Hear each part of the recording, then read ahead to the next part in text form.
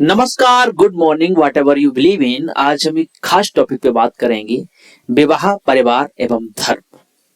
जो समाजशास्त्र का स्कॉलर है उसको तो मालूम है कि ये टॉपिक कितना महत्वपूर्ण है और ग्रेजुएशन जो कर रहे हैं उनके लिए भी बहुत महत्वपूर्ण टॉपिक है। आज हम नोट्स से आपको पढ़ाएंगे, लेकिन नोट्स के अंदर भी हमने कुछ इंपोर्टेंट बातों को ही लिया है, बिल्कुल वैसे ही जैसे दूध के अंदर से क्रीम निकाल लेते हैं। तो आइए शुरू करते हैं बिना समय बर्बाद किए। सबसे पहले हम परिचय से ही शुरू करेंगे। देखिए, परिचय में बताया गया है कि हम इस इकाई में हम विवाह, परिवार एवं धर्म का विस्तार अध्ययन करेंगे। इन तीनों के बारे में ही बात करेंगे। विवाह, परिवार और धर्म तीनों के तीनों ही संस्था है, इंस्टीट्यूशन है। किसकी नजर में? समाजशास्त्र की नजर में। विवाह से तात्पर्य है जब दो विषम लिंगियों को समाज द्वारा सामाजिक मान्यता प्राप्त हो जाती है, बच्चे पैदा करने की, उसे विवाह कहा जाता है। जब समाज किसी दो विषम लिंगियों को, अब तो दो मतलब हम कह सकते हैं विवाह सिर्फ विषम लिंगियों का नहीं, समलैंगिक विवाह भी होते हैं। तो हम आमतौर पे बोलते हैं जब दो विषम लिंगियों को एक मान्यता प्राप्त हो जाती है किससे? समाज से, बच्चे पैदा करने की, तो उसको हम विवाह कहते हैं। विवाह के अनेक रूप होते हैं, जैसे एक विवाह, बहुविवाह। विवाह के रूप जैसे अंतर विवाह, यानी किसी व्यक्ति का अपनी जाति, प्रवर माने जानते हो ना, पुरखे, वंश या समूह से में ही विवाह होता है, उसे अंतर विवाह कहते हैं। इसके विपरीत बहिर्विवाही से तात्पर्य है किसी व्यक्ति अपनी गोत्र या गांव के बाहर का जो विवाह होता है उसे बहिर्विवाही कहते हैं। ये सारी की सारी जानकारी हम विवाह के अंतर्गत पढ़ेंगे आगे। खैर, ये एक परिचय है हल्का सा। आगे देखेंगे हम, विश्व के प्रत्येक समाज में परिवार रूपी संस्था पाई जाती है, वो किसी भी रूप में हो। परिवार की उत्पत्ति से संबंधित विभिन्न सिद्धांत है जो परिवार के विकास के बारे में बताते हैं। परिवार एक सार्वभौमिक संस्था है। ये विश्व के चाहे कोई से कोने में चले जाइए, आपको परिवार जरूर देखने को मिलेगा, उसकी बात करी गई है। अगला है सामाजिकरण करना, मतलब ये है यहां से एक इस इकाई में तीसरा तथ्य है धर्म। पहला हमने विवाह की बात करी, दूसरा करी हमने परिवार के बारे में, तीसरा हम धर्म के बारे में करें। तीसरा तथ्य धर्म है। धर्म की उत्पत्ति भय से हुई, डर से हुई। ये हमारा धर्म, हर धर्म का ये इतिहास है कि धर्म की उत्पत्ति भय से हुई, लेकिन ये जरूरी नहीं कि भय से ही हुई। जो शुरुआत दौर था वो भय से हुई, लेकिन फिर लोगों ने अपने अलग अलग विचार दिए और धर्म भी डाइवर्स हो गए। कहीं बौद्ध बन गया, कहीं सिख बन गया, कहीं ईसाई बन गया, कहीं क्या बन गया, मुस्लिम धर्म बन गया। भय से हुई अर्थात जिससे मानव डरता था उसकी पूजा करने लगा और धर्म के अपने सिद्धांत है। मार्क्स का सिद्धांत अलग है और मैक्स वेबर का सिद्धांत अलग है। इस चैप्टर को पढ़ने का उद्देश्य हम किन किन चीजों को क्लियर कर लेंगे इसको बता देते आगे, अभी तो यह शुरुआत है। इस इकाई को पढ़ने के बाद हम क्या क्या जान जाएंगे? पहला जान जाएंगे विवाह का अर्थ एवं परिभाषाओं को जान लेंगे। दूसरा, विवाह का उद्देश्य क्या है, विवाह के प्रकार कितने हैं, किस प्रकार होते हैं विवाह, विवाह की उत्पत्ति के सिद्धांतों और नियमों को जान सकते हैं हम। हिंदू विवाह के संबंध में जानेंगे, मुस्लिम विवाह के संबंध में जानेंगे, ईसाई के बारे में जानेंगे, ईसाई के विवाह कैसे होते हैं ईसाई लोगों के। और इसके बाद देखेंगे परिवार की अवधारणा, परिवार की परिभाषा एवं परिवार की विशेषताओं के बारे में जानकारी लेंगे। लेकिन ये चैप्टर आज बेहद खास होने वाला है क्योंकि इसमें कुछ इंटरेस्टिंग बातें आने वाली हैं। परिवारों की उत्पत्ति से संबंधित सिद्धांतों को जान लेंगे हम, परिवार के प्रकारों को जान सकेंगे हम, परिवारों के प्रकार व स्वरूपों को जान सकेंगे हम, धर्म का अर्थ एवं विशेषताओं को भी जान लेंगे हम, धर्म के सिद्धांतों को भी जान लेंगे। इन सारी चीजों की बातें करेंगे। खैर, ये हम आगे जान लेंगे क्या होने वाला है। शुरुआत करते हैं विवाह का अर्थ एवं परिभाषा। विवाह का अर्थ क्या है, परिभाषा क्या है? विद्वानों की ऐसी मान्यता है कि व्यक्ति की यौन संबंधी आवश्यकता ने विवाह नामक संस्था को जन्म दिया है तथा विवाह ने परिवार और नातेदारी को दिया है। एक स्टेप बाय स्टेप व्यक्ति ने क्या कहा है, सबसे पहले यौन संबंधी आवश्यकता को लिए, मतलब सेक्सुअल थिंग के लिए, सेक्सुअल रिक्वायरमेंट के लिए लोगों ने शादियां की, पहली चीज। उसके बाद परिवार बना, उसके बाद रिश्तेदारी बनी। सीधी सी बात है, हर चीज की शुरुआत कहां से होती है? यहीं से होती है। पूरी दुनिया की शुरुआत यहीं से होती है। विवाह एक सार्वभौमिक संस्था है, यानी कि हर जगह पाई जाती है। ये सभी समाजों में, आगे क्या कहा गया है, में पाई जाती है। अंतर सिर्फ इतना है, अंतर सिर्फ इसके स्वरूप को लेकर है। किसी समाज में विवाह यौन संतुष्टि के लिए नहीं किया जाता, बल्कि संपत्ति के बंटवारे को रोकने के लिए भी किया जाता है।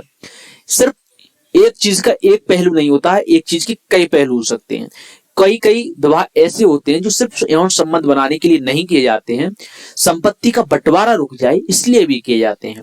उनको रोकने के लिए किया। उदाहरण अगर हम लें तो एक नगा जनजाति है, उसमें पुत्र द्वारा सगी मां को छोड़कर पिता की अन्य विधवा पत्नियों से विवाह कर लिया जाता है। इसमें क्या किया जाता है, कोई व्यक्ति है, पिता है उसको हम बोलते हैं, उसने कई शादियां करी, मान लीजिए 5-7 शादियां, 1 2 3 4 5 शादियां करी, इसका जो पुत्र होगा जब इसका पिता मर जाएगा तो इससे शादी नहीं करेगा, जिससे मतलब जिस माँ से पैदा हुआ, बाकी जितनी पत्नियां विधवा हो गई हैं उनसे सभी से शादी कर लेगा। इससे जो संपत्ति है वो बढ़ती नहीं है, नए नए लोगों के आने से संपत्तियां जगह जगह बढ़ जाती हैं।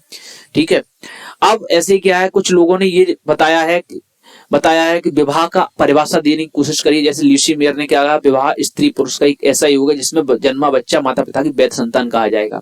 उन्होंने कहा कि विवाह एक ऐसा योग है जिसमें स्त्री पुरुष आपस में मिलते हैं, बच्चे पैदा करते हैं और वो वैध संतान कही जाती है। ऐसे ही कुछ और इन लोगों ने बोला, इनको पढ़ लीजिएगा। टोटल मिला के हम कह सकते हैं कि विवाह समाज द्वारा स्वीकृत एक संस्था है, सामाजिक संस्था है, एक सोशल इंस्टीट्यूशन है। यह दो विषमलिंगी व्यक्तियों को यौन संबंध स्थापित करने के अधिकार प्रदान करती है। पहली चीज, विवाह संबंध बहुत ही व्यापक होते हैं, इनमें एक दूसरे के प्रति भावनात्मक लगाव भी होता है, देखभाल, सहायता व एक दूसरे की निरंतर एक दूसरे की सहायता कर लेना, सहारा देना, सम्मिलित विवाह के पश्चात उत्पन्न संतान को वैध संतान माना जा सकता है। 2-3 चीजें मिली, विवाह की एक समग्र परिभाषा देखें, सभी विद्वानों ने क्या कहा उसको मिलाकर देखें, एक परिभाषा देने की कोशिश करें तो हम कह सकते हैं विवाह समाज द्वारा एक स्वीकृत सामाजिक संस्था है। यह दो विषम लिंगी द्वारा मतलब यौन संबंध स्थापित करने के बाद आता है और विवाह संबंध बहुत ही व्यापक हैं, इनमें एक दूसरे के प्रति भावनात्मक लगाव होता है, देखभाल, सहायता, उनकी सेवा करना, बीमार पड़ जाना तब उनकी हिसाब लगाना, बच्चों को प्यार देना, उनका लालन पालन पोषण करना, एक वैध संतान को पैदा करना, ये सब क्या है विवाह के उद्देश्य हैं। विवाह के अब उद्देश्यों को देखेंगे। मुर्डाक एक बहुत बड़े समाजशास्त्री हुए, ये अक्सर एक्सपेरिमेंट किया करते थे। क्या किया करते थे? एक्सपेरिमेंट समाज के ऊपर।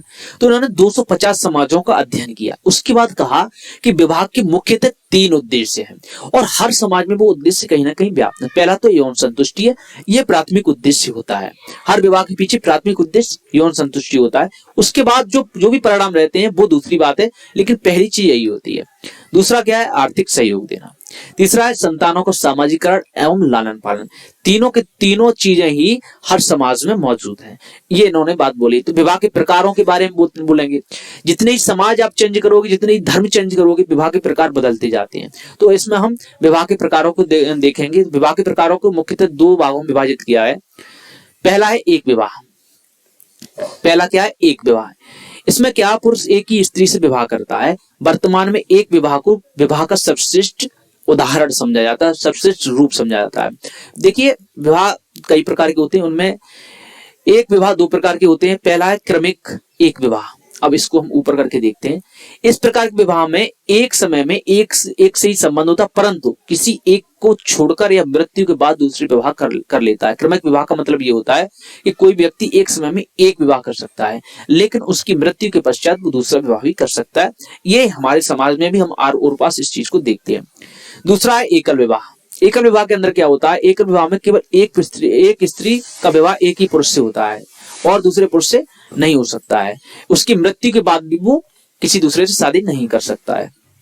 अब बात करते हैं बहुविवाह की। एकल विवाह के बाद होता है बहुविवाह। 2 प्रकार के विवाह होते हैं, एक तो एकल या एक विवाह बोलते हैं, और एक बहु मतलब कई विवाह, मैनी टाइप्स ऑफ मैरिज। ठीक है, जब एकाधिक पुरुष या स्त्रियां विवाह बंधन में बंधे होते हैं तो ऐसे बहुविवाह कहते हैं। कि कॉमनली हम समझ ही सकते हैं बहुविवाह का मतलब क्या है, जब कई पुरुष एक स्त्री से शादी कर लें या कई स्त्रियां एक पुरुष से शादी कर लें, ये है मतलब बहुविवाह का एक। अब इसके भी कई 4 रूप पाए जाते हैं। ये इसके प्रमुख 4 रूप पाए जाते हैं। इसके कितने? 4 रूप। इसके कितने पाए गए? 2। इसके 2 थे और इसके 4 रूप। अब 4 रूपों को देंगे। एक तो बहुपत विवाह। नाम से ही समझ में आता है कि एक स्त्री जब कई पतियों से, कई पुरुषों से शादी कर लेती है उसको बहुपत विवाह कहते हैं। ऐसे क्या है? भ्रातृक बहुपत विवाह, इसे बोलते हैं फ्रेटर्नल पॉलीएंड्री। इस प्रकार के विवाह में पति आपस में भाई होते हैं, उदाहरण स्वरूप खस टोडा और कूटा जनजाति। इनका उदाहरण भी आप याद रखना। इसमें क्या होता है कि एक स्त्री कई भाइयों से एक साथ शादी कर लेती। जैसे अगर हम देखें हमारे प्राचीन इतिहास उठाकर, तो महाभारत काल में हम देखते हैं कि जो पांडव थे उनकी एक ही द्रौपदी थी ना, द्रौपदी से शादी हुई थी। अभ्रातृक बहुपत विवाह, नॉन फ्रेटर्नल पॉलीएंड्री।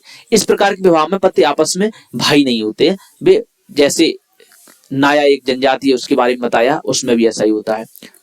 ऐसा क्या, अब बेस्टमार्क के अनुसार लिंग अनुपात और असंतुलित होना बहुपत विवाह का कारण है। इसका कारण लोगों ने समझने की कोशिश करी तो बेस्टमार्क एक समाजशास्त्री है, उन्होंने कहा कि इसका सबसे बड़ा कारण क्या है, लिंगानुपात का सही नहीं होना, ठीक है, असंतुलित हो जाना, और सीधी सी बात है। अब बात करते हैं बहुपत्नी विवाह का। भाई पॉलीगैमी इसको बोलते, उसको बोलते थे पॉलीएंड्री, पॉलीएंड्री इसको पॉलीगैमी। इसमें क्या है, ऐसा विवाह जिसमें एक पुरुष एकाधिक स्त्रियों से शादी कर लेता है। उदाहरण के लिए हमने बता दिया नगा, हमने पहले ही बात करी थी, उनके क्या होता है नगा जनजाति में, जब इसके पिताजी खत्म हो जाते तो बाकी बच्चे उनसे शादी कर लेते हैं, ठीक है। अब इसमें द्विपत्नी विवाह, बायोगैमी। इस प्रकार के विवाह में एक पुरुष एक साथ दो स्त्रियों से विवाह करता है। कई बार पहली स्त्री की संतान न होने पर दूसरा विवाह कर लिया जाता है, इसको बोलते हैं द्विपत्नी विवाह। इसमें कुछ जनजातियों के नाम भी दिए हुए हैं। अब क्या है, समूह विवाह, ग्रुप मैरिज। ऐसा मानते हैं कि सबसे पहले लोगों ने समूह विवाह करना ही शुरू किया हुआ। इसमें क्या होता है, समूह विवाह में पुरुषों का एक समूह स्त्रियों के दूसरे समूह से विवाह कर लेता है, और इसमें खास बात ये होती है कि हर पुरुष हर स्त्री का पति होता है और हर स्त्री हर पुरुष की पत्नी होती है, ये खासियत होती है। अब विवाह की उत्पत्ति के सिद्धांत, मैकाइवर का कहना है कि उत्पत्तियां सदैव अस्पष्ट होती हैं, इसका एक अनुमान लगाया जा सकता है, और बिल्कुल सही बात भी है कि भाई किसी की उत्पत्ति के बारे में हम एग्जैक्ट पता नहीं कर सकते हैं, उसका अनुमान लगा सकते हैं कि ऐसा कैसे विकास हुआ होगा, कैसे ये आया होगा। अब मार्गन का उद्विकासी सिद्धांत इसमें है विवाह के बारे में। उन्होंने कहा है समाज की प्रारंभिक अवस्था में विवाह नामक संस्था का अभाव था। पहले कोई विवाह वगैरह नहीं हुआ करते थे, मनुष्य एक पशु की तरह घूमा करता था, किसी के साथ भी यौन संबंध स्थापित कर सकता था, किसी के साथ भी वो अपने संबंध स्थापित कर सकता था, ऐसा बोला है मार्गन ने। पुरुष को भी स्त्री से यौन संबंध स्थापित करने की स्वतंत्रता थी। धीरे धीरे मानव समाज ने विकास के साथ ही विवाह संस्था का क्रमिक विकास किया। तो वो कहते हैं स्पष्ट कि पहले क्या था, लोग अक्सर ऐसे ही शादी कर लिया करते थे, एक दूसरे के साथ यौन संबंध किया करते थे, लेकिन जैसे जैसे ही सभ्यता का विकास हुआ धीरे धीरे लोग संगठित हुए, और उसके बाद क्या हुआ, एक सुसंगठित क्रमबद्ध शादियां होने लगी, ठीक है। इसके क्या है, इनकी तीन अवस्थाएं दी गई हैं। ऐसे क्या, अब यहाँ पर देखिए बैकोफन ने विवाह की उत्पत्ति की तीन अवस्थाओं को प्रयोग किया। एक तो बहुपति विवाह, बहुपत्नी विवाह, और एक विवाह जिसके बारे में ऊपर बात कर चुके। ऐसे ही है कि बेस्टमार्क का भी सिद्धांत है। उन्होंने कहा कि बेस्टमार्क का कहना है कि मनुष्य पशु से भिन्न होता है। हमेशा ध्यान रखिए, मनुष्य पशु से भिन्न होता है। इनकी बात भी कहीं ना कहीं सही है और बिल्कुल सही प्रतीत होती है। जैसे आज के जमाने में हम देखें कि बहुत से हमारे यहाँ स्पीसीज ऐसी हैं जो जोड़ा में रहना ही पसंद करती है। जैसे बहुत सारे सांप हैं, उनके जोड़ा में रहना ही पसंद करते हैं। बहुत सारी चिड़ियां हैं तो वो पेयर में रहना ही पसंद करती हैं। हो सकता है मनुष्य भी हमेशा से ऐसा ही रहा हो। तो वो कहते हैं कि मनुष्य में हमेशा अपनत्व एवं ईर्ष्या की भावना रही है, वो बुद्धिमान है, पशुओं से बुद्धिमान है। इसलिए जिसके साथ वह एक बार यौन संबंध स्थापित कर लेता था तो उसको अपना मानता था। इसलिए एक विवाह मानव समाज में विवाह का स्थायी रूप था। बहुपत या बहुपत्नी विवाह तो केवल वैवाहिक आदर्श का उल्लंघन मात्र है। यानी कि वो कहते हैं कि मानव के इतिहास से ही हमेशा ही एकल विवाह ही रहा है प्रचलित, लेकिन ये बहुपत्नी और बहुपत विवाह ये बाद में आया, और ये विवाह का जो आदर्श रूप है ना उसका उल्लंघन करता है। विवाह से संबंधित कुछ नियम है, इन नियम, ये तीन नियम है, इनको याद रखना। चुनाव का क्षेत्र, चुनाव का पक्ष और चुनाव की कसौटियां क्या है। अब हम बात करेंगे हिंदू विवाह के बारे में, उसके बाद मुस्लिम देखेंगे, उसके बाद ईसाई देखेंगे। पहली चीज है अंतर विवाह, एंडोगैमी। अंतर विवाह का मतलब समझ गए, अपने आंतरिक समूह में ही शादी कर ली जाती है। जब एक व्यक्ति अपने जीवन साथी का चुनाव अपने ही समूह से करे, अपनी ही जाति से करे। वो समूह अलग अलग प्रकार के होते हैं, अपनी ही जाति, अपना ही क्षेत्र, अपना ही देश, समूह बदलते रहते हैं ना, तो इसको बोलते हैं अंतर विवाह, एंडोगैमी। अब ऐसे बहिर्भाव यानी एक्सोगैमी। एक्सोगैमी में क्या होता है, बहिर्विवाह में क्या होता है, तात्पर्य ऐसा है कि व्यक्ति जिस समूह का सदस्य है उससे बाहर विवाह करे, दूसरे समूह की लड़की से या दूसरे समूह की लड़की से शादी करे, उसको बहिर्विवाह कहते हैं। बहिर्विवाह के भी कई प्रकार हैं। पहला तो है गोत्र बहिर्विवाह, इसको लिख लेना, ये बहिर्विवाह के कितने प्रकार हैं। गोत्र बहिर्विवाह, तो गोत्र, हिंदुओं में सगोत्र विवाह निषेध है। हिंदुओं के अंदर गोत्र पाया जाता है। गोत्र होता क्या है, गोत्र सामान्य अर्थ में उन व्यक्तियों के समूह से है जिनकी उत्पत्ति एक ऋषि या पूर्वज से हुई है। ऐसा मानते हैं कि हमारी, हिंदू लोग मानते हैं कि हमारी उत्पत्ति ना ऋषियों से हुई है, और ऋषि भी कई थे संख्या में। तो जिस ऋषि से ये उत्पन्न हुए उसी को अपना गोत्र मान लेते, जैसे वशिष्ठ, ठीक है, भारद्वाज, भारद्वाज एक ऋषि तो भारद्वाज गोत्र हो गया। ठीक है, तो गोत्र शब्द के 3 या 4 अर्थ हैं, जैसे गौशाला, गाय का समूह, किला या पर्वत। तो ऐसा अनुमान लगाते हैं समाजशास्त्री कि पहले लोग गांवों में बसे हुआ करते थे, तो एक जगह ही वो अपनी गाय बांधा करते थे, एक ही जगह गाय बांधा करते थे, उसको गोत्र बोला करते थे। तो जैसे ही एक जगह गाय बांधने लगते थे, तो उनमें कहीं ना कहीं रक्त संबंध हो जाता था आपस में, लोग एक दूसरे में अपने की भावना हो जाती थी। फिर क्या करते थे वो, जिसकी गाय भाभी बंधा करती थी उसमें आपस में शादी नहीं करते थे, वो एक तरह से भाई बहन की तरह हो जाते थे, एक परिवार की तरह हो जाते थे। हिंदू विवाह अधिनियम 1955 द्वारा वर्तमान में सगोत्र बहिर्विवाह प्रतिबंध हटा दिया गया है। ठीक है, किंतु व्यवहारों में आज भी इसका प्रचलन है। ऐसे ये सप्रवर बहिर्विवाह, सप्रवर एक्सोगेमी, समान पूर्वज एवं समान ऋषियों के नामों का उच्चारण करने वाले व्यक्ति अपने को एक ही प्रवर संबद्ध मानते हैं। वो लोग मानते हैं कि हम एक ही परिवार के, हमारे पूर्वज एक ही थे, इसलिए वो अपने ही गोत्र में शादी नहीं करते हैं।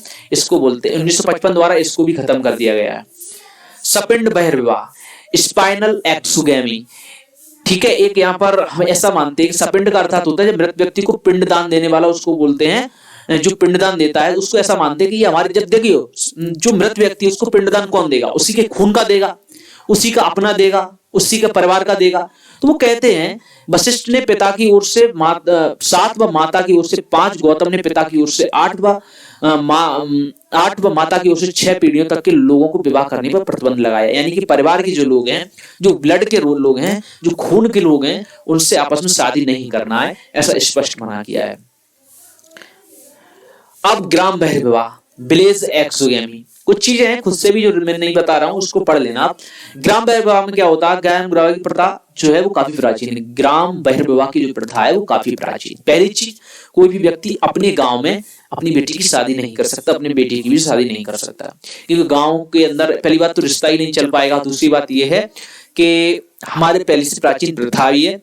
दूसरी चीज ये है कि वो पास में गांव जिसकी सीमा तुम्हारे गांव से सट रही हो, वो आपस में शादी नहीं कर सकते। ऐसा हमारे जो है हिंदू धर्म में ऐसा वर्णित है। ठीक है, यही बताया गया। पंजाब एवं दिल्ली में उस गांव में भी विवाह वर्जित है जिसकी सीमा व्यक्ति के गांव से मिलती है। ठीक है, टोटम बहिर्विवाह, टोटम एक्सोगेमी, 5 प्रकार के विवाह है ये टोटल। तो टोटम अंतिम है। ये नियम जो है ना जनजातियों में प्रचलित है। टोटम कोई भी एक पशु, पक्षी, पेड़ पौधे अथवा निर्जीव वस्तु हो सकती है जिसे एकमात्र गोत्र के लोग आदर की दृष्टि से देखते हैं। ठीक है, उससे आध्यात्मिक संबंध जोड़ते हैं। टोटम पर विश्वास करने वाले लोग परस्पर भाई बहन समझे जाते हैं, अतः वे परस्पर विवाह नहीं करते। समझने की चीज इसमें यह है, टोटम में होता क्या है, टोटम कुछ निर्जीव, इसमें टोटम कुछ निर्जीव चीजें जैसे पेड़ पौधे, ये निर्जीव तो नहीं है हम कह सकते, लेकिन जो चीजें ऐसी मतलब होती हैं उनकी पूजा करते हैं लोग। कोई नीम पर जल चढ़ा रहा है, कोई आम पर जल चढ़ा रहा है। अब लोग जनजाति में, जैसे आप नीम पे जल चढ़ा रहे हैं और दूसरी जनजाति का बंदा वो भी नीम पर जल चढ़ा रहा है, अब उसकी शादी आपसे होने की बात हो रही है तो शादी नहीं हो सकती, क्योंकि आपका गोत्र सेम हो गया, आपके जो आध्यात्मिक गोत्र वो सेम हो गया, पहली चीज। अब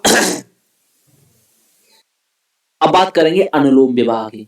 अनुलोम विवाह में क्या होता है, जब एक उच्च वर्ण, जाति, उपजाति, कुल एवं गोत्र के लड़के का विवाह एक ऐसी लड़की से किया जाए जिसका वर्ण, जाति, उपजाति, कुल एवं गोत्र लड़के से नीचा हो, ऐसा विवाह ही अनुलोम विवाह कहते हैं। अन्य शब्दों में इस प्रकार के विवाह में लड़का उच्च सामाजिक समूह का होता है और लड़की निम्न सामाजिक समूह की होती है। हमारा जो प्राचीन ग्रंथ हैं उनमें इस बात को स्पष्ट किया गया कि देखिए 4 वर्ण थे, पहले कितने थे, 4 वर्ण थे।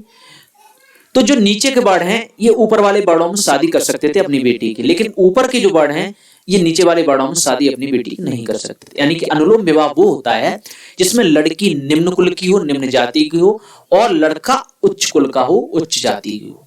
चौथा है प्रतिलोम विवाह। इसका बिल्कुल विपरीत प्रतिलोम विवाह है। इसमें क्या होता है, निम्न वर्ण का व्यक्ति का उच्च वर्ण की स्त्री के साथ विवाह प्रतिलोम विवाह कहलाता है। नीची जाति का कोई लड़का हो, ऊंची जाति की लड़की हो।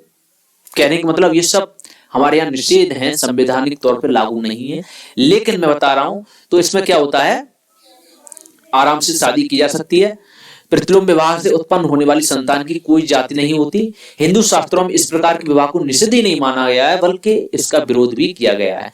लेकिन एक चीज ध्यान रखने वाली बात यह है, ऊपर जितने मैंने विवाह बताए थे वो कानूनन अवैध हैं, लेकिन इसको क्या है, वैध माना गया है कि लोग ऐसी शादियां कर सकते हैं जाति प्रथा का उन्मूलन करने के लिए। अब विवाह के अन्य स्वरूप भी हैं। द्विजीवनी द्विजीवन वृत्ति विवाह, इसमें क्या होता है, आधुनिक समाज में ऐसे विवाह का रूप देखने को मिलता है। इसमें क्या है कि पति पत्नी दोनों ही नौकरी करते हैं और व्यवसाय करने जाते हैं, तो स्त्री जो होती है उस पर डबल रोल होता है। पहला वो व्यवसाय भी करती है, रुपए भी कमाती है, और दूसरा वो घर में संघर्ष करके खाना भी बनाती है, संघर्ष की भूमिका भी निभाती है। द्विजीवन वृत्ति यानी कि एक तरह से दो जीवन जी रही है वो, ये समझने की। सेकंड, समलैंगिक।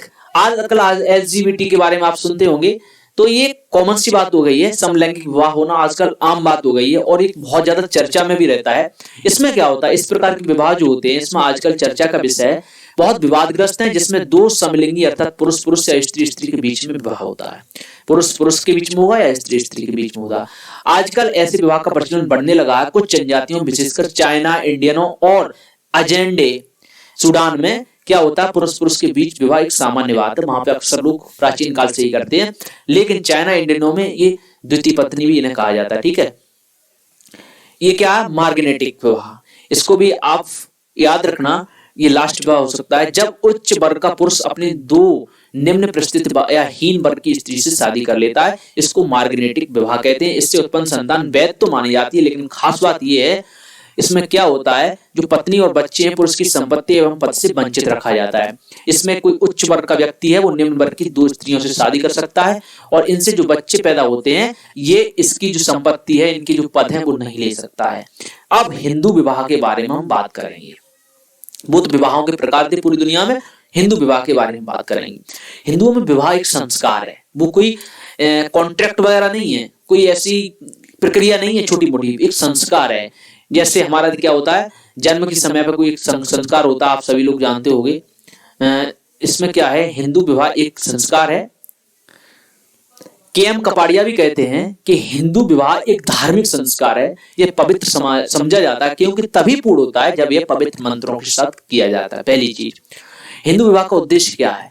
देखिए, विवाह के हमेशा तीन उद्देश्य मैक्सिमम, मतलब विवाह का उद्देश्य हम पहले ही समझ चुके हैं, समग्र उद्देश्य क्या, लेकिन हिंदू विवाह के तीन बिंदुओं को उल्लेख किया गया। पहली बात तो धर्म, दूसरी प्रजा और तीसरा पुत्र प्राप्ति।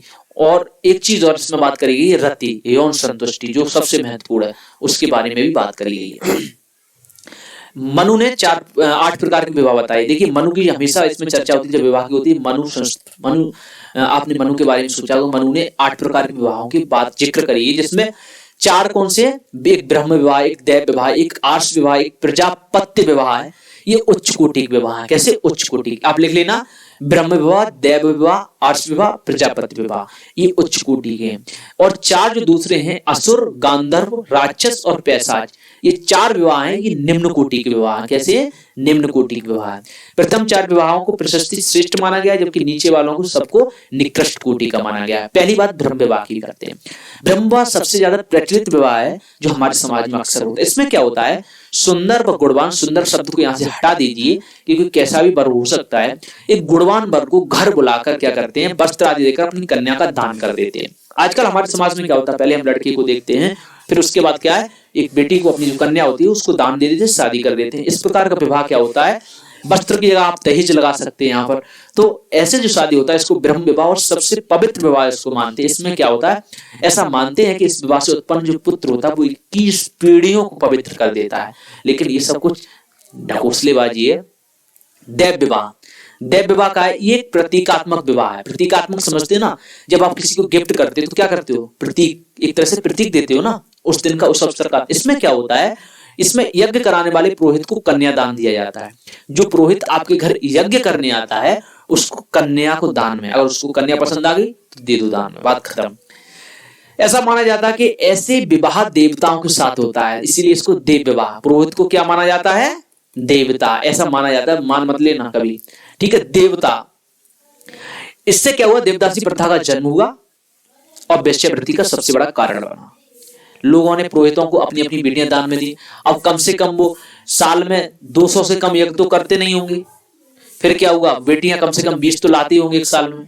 एक साल में 20 बेटियां, उनको सबको न खिला पिला पाएंगे, न संतुष्टि दे पाएंगे। फिर क्या है, वेश्यावृत्ति तो खोलेंगी। आर्ष विवाह, आर्ष से तात्पर्य ऋषि से है। आर्ष से तात्पर्य ऋषि से है। जब विवाह के लिए इच्छुक ऋषि द्वारा कन्या के पिता को एक जोड़ी बैल और एक गाय दी जाती थी, ये ध्यान रखना, एक जोड़ी बैल और एक गाय दे दी जाती थी, तब विवाह संपन्न होता था। ये वधु का मूल्य नहीं होता था। आर्ष विवाह के अंदर क्या होता है, जब किसी ऋषि ने किसी पिता को जाकर 2 बैल और एक गाय दे दी जाके, तो इसका मतलब वो समझ जाए कि अब हमारी बेटी को हमें कन्यादान देना पड़ेगा, हमें उसकी शादी करनी ही पड़ेगी। लेकिन ये उसका मूल्य नहीं हुआ करता था, वो ऋषि वो बेटी का मूल्य अदा नहीं करता था, वो बस ऐसे ही दिया जाता था। उसका उद्देश्य ये होता था, ये बताना होता था कि आपकी जो बेटी हम ले जा रहे हैं, इसको हम आराम से खिला पिला लेंगे। इसका है आगे प्रजापत्य विवाह। प्रजापति विवाह में क्या है, यह ब्रह्म विवाह के समान है, लेकिन इसमें कन्या के पिता द्वारा वधु को आशीर्वाद देते हुए एक थोड़ा डिफरेंट है। इसमें भी शादी सेम होती है, लेकिन एक चीज नहीं बोली जाती, इसमें एक वाक्य बोला जाता है, आशीर्वाद बोला जाता है, तुम दोनों एक साथ मिलकर आजीवन धर्म का आचरण करो, तुम दोनों एक साथ मिलकर आजीवन धर्म का आचरण करो। ये प्रजापत्य विवाह है। अब 5वां है आश्चर्य विवाह। निम्न कोटि का विवाह माना जाता है, उच्च कोटि का नहीं। ऊपर के जितने 4 विवाह थे वो उच्च